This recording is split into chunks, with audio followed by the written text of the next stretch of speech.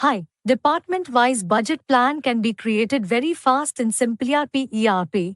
Go to Payment, Budget Allocation, Create Budget Plan. Here, please select the first day of the month. Then select the account head. Select the machine or department or production line ID for which the budget is allocated. Please enter the amount. Likewise, please enter all the month-wise budget allocation.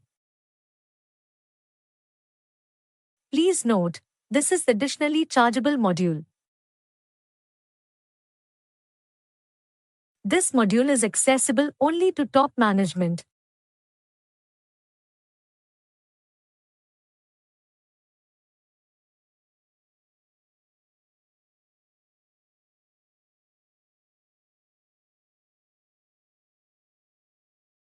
After entering all data, please click Update.